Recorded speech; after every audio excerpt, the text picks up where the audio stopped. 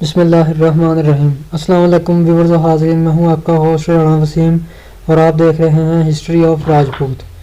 تو ویورز، آج کی ہماری ویڈیو کا عنوان ہے کشتریہ یا کھتری عسکری گروپ۔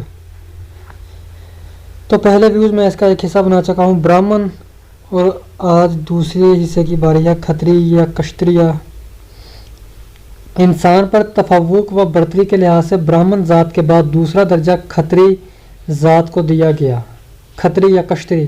لیکن براہمن ذات اور کھتری ذات کے درمیان زمین و آسمان کا فرق رکھا گیا۔ اگرچہ یہ دونوں ذاتیں یعنی براہمن و کھتری ہندو دھرم کی روح سے باہم لازم و ملزم تھیں، لیکن اس کے باوجود ان کے مابین درجے کے اعتبار سے بہت زیادہ فرق تھا۔ منو لکھتے ہیں 10 سال کی عمر کا براہمن اور 100 سال کی عمر کا شتری یا کھتری گویا باہم باپ اور بیٹے کا رشتہ رکھتے ہیں، لیکن ان میں باپ براہمن ہے۔ یہ تو ویورز پرانی بات ہے۔ آج کی روح سے اگر اس دور کی روح سے بھی بات کریں گے تو ہم کہیں گے کہ براہمن کے باپ ہم ہیں راجپوت۔ یہ تو ہندوؤں کی وہ پرانی من گڑت باتیں ہیں۔ مذہبی اعتبار سے شتری یا کھتری کی مندرجہ ذیل ڈیوٹیاں لگائی گئیں۔ حکومت و بادشاہی کے انتظامات کے ذریعے اور ہتھیاروں کی تربیت حاصل کر کے خلق خدا کی حفاظت کرے، خدا کی راہ میں قربانیاں دے، خدا کی راہ میں چڑھاوے چڑھائے، وید کا علم حاصل کرے، شہوات نفسانی گناہوں سے دور رہے۔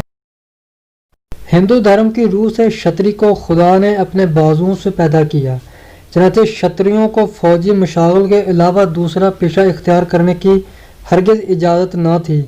امن کے زمانے میں بھی ان کے لیے حکم تھا کہ وہ اپنے آپ کو ہر وقت جنگ کے لیے تیار رکھیں اور ضرورت پڑتے ہی دشمن پر چڑھ دوڑیں۔ رعایا کی حفاظت کرنا ان کے فرائض اولین میں شامل تھا۔ ان کے زیر سایہ تیسری ذات یعنی شودر سے تعلق رکھنے والے لوگ بلا خوف و خطر زراعت و کاشتکاری کے کاموں میں مصروف رہتے تھے۔ یعنی انہوں نے اپنے قلعے بنا لیے تھے نا، قلعے کے باہر والی زمینوں پہ خطرہ ہوتا تھا تو وہاں سپاہی ان کے ساتھ چلے جاتے تھے۔ اعلیٰ اعزاء قیاس عسکری تربیت شتریوں کا خاصہ مذہبی فریضہ تھا۔ علاوہ از راج پاٹ بھی اسی طبقے کی ذمہ داری تھی۔ رعایا کو اپنے مذہبی قانون کے مطابق انصاف اس کے تمام حقوق دینا اور ذات کے مطابق ان سے فرائض ادا کروانا انہی کی ذمہ داری تھی۔ منو شاستر میں بادشاہ یا راجا کو بھی تقریباً خدا ہی کا درجہ دیا گیا ہے۔ لکھا ہے کہ بادشاہ اگر طفل نابالغ بھی ہو تو اسے یہ خیال کر کے کہ یہ بھی ایک انسان ہے حقارت سے نہیں دیکھنا چاہیے۔ بادشاہ واقعی انسان کی شکل میں خدا ہے، معاذ اللہ۔ البرونی نے کتاب الہند میں سرخ رنگ کو کھتریوں کا نشان بتایا ہے، کھتریوں یا کشتریوں کا جنگ اور خطرے کی علامت کے طور پر آج بھی مستعمل ہے۔ تقریباً دنیا کی تمام قوموں میں سرخ رنگ کو خطرے کی علامت سمجھا جاتا ہے۔ عسکری پیشہ اور جنگی تربیت نے آریاؤں کو اس گروہ یعنی شتریوں کو بلا کا بہادر بنا دیا تھا۔ اپنی رعایا کی حفاظت، ملکی سرحدوں کی نگرانی اور دشمنوں کو طاقت و تاراج کرنے کے لیے اپنی جان پر کھیل جانا ان کا معمول تھا، اور اسی ضمن میں زندگی یا موت ان کے نزدیک کوئی معنی نہیں رکھتی تھی۔ کھتری ابتدا میں صرف آریہ قوم کے لوگ تھے، کسی اور قوم کو اس ذات میں قطعاً شامل نہیں کیا گیا تھا، کیونکہ جس وقت آریہ برِ صغیر میں آئے ہیں تو یہ اتنی تعداد میں یہاں آئے تھے کہ یہاں کے جو لوگ تھے وہ صرف محکوم بن کے رہ گئے، وہ حاکم نہیں رہا کوئی بھی، یا دور دراز کے علاقوں میں شاید کوئی حاکم بچا ہو۔ یہ جو سینٹرل ہند ہے، یہ آغاز کے شہر ہیں نا، ان سب پہ آریوں کا قبضہ ہو چکا تھا، اور یہ جو دڑاور نسل یا قدیم جاٹ لوگ ہیں یہ لوگ سب ان کے محکوم اور ان کے انڈر کام کرتے تھے۔ کسی اور قوم کو اس ذات میں قطعاً شامل نہیں کیا گیا تھا۔ ہم کہہ سکتے ہیں کہ ابتدا میں برہمن اور کھتری دونوں ذاتوں میں خالصتاً آرین نسل کے لوگ شامل ہوا کرتے تھے، تاہم بعد میں بامر مجبوری کھتری ذات میں دیگر اقوام کے لوگ بھی شامل کیے گئے۔ یعنی یہ قوم بدلنے کا کام آج سے نہیں، یہ شروع ہی سے آ رہا ہے۔ جب یہ آریاؤں نے یہ نظام بنایا تھا اس وقت سے لوگ اپنا جو خاندانی نام ہے وہ بدل کے اکثریت میں وہ راجپوتوں میں شمار ہوتے رہے ہیں۔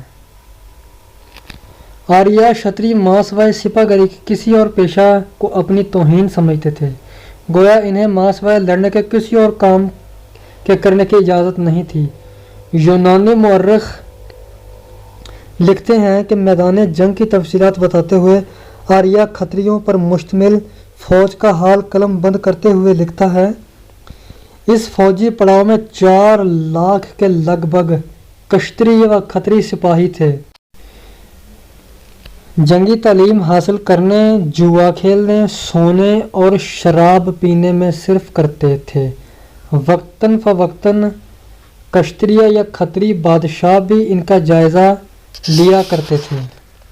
یونانی مورخ کہتا ہے کہ آریہ کھتروں کی دیانت داری اور حسن انتظام کی مزید تعریف ان الفاظ میں کرتا ہے کہ ان 4 لاکھ سپاہیوں میں سے جو ایک جگہ پر اکٹھے رہتے تھے، کبھی کسی نے شکایت نہیں کی کہ کسی دوسرے نے اس کی کوئی چیز لی ہو۔ جنگ کی صورت میں طبل جنگ بچتے ہی آنن فانن ساری فوج جمع ہو جایا کرتی تھی۔ ان کھتری یا کشتریہ فوجیوں کو کسی بھی قسم کا سامان جنگ بشمول گھوڑا، رتھ یا دیگر عسکری ہتھیار تلاش نہ کرنے پڑتے تھے، بلکہ یہ بادشاہ کے فرائض میں شامل تھا کہ ان کی عسکری ضروریات مہیا کرے۔ آریہ کھتریوں میں تمام تر بہادرانہ اور مردانہ صفات موجود تھیں۔ وہ شکست خورد دشمن پر، عورتوں پر، بچوں پر یا پناہ حاصل کرنے والے دشمن پر کبھی وار نہیں کرتے تھے، اور جنگ میں یہ رواداری ان لوگوں کا شجاعانہ عظمت کی روشن دلیل ہے۔ تو جب آریاؤں نے یہ قوموں کی بنیاد رکھی ہے، پہلے پہل تو اتنی سختی نہیں تھی، لوگ اپنی قوم بدل لیا کرتے تھے، لیکن آہستہ آہستہ لوہار کا لڑکا لوہار ہی کہلوایا، موچی کا لڑکا موچی۔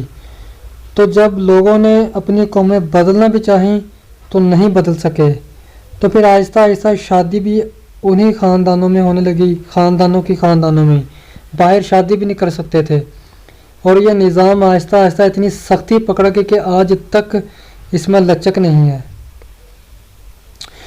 تو یہ تھی ہماری ویڈیو، اگلی ویڈیو تک اجازت دیں، تو میں کسی اور ویڈیو میں انشاءاللہ ڈیٹیل کے ساتھ آپ کو بتاؤں گا، اس موضوع پر ایک ویڈیو بناؤں گا انشاءاللہ۔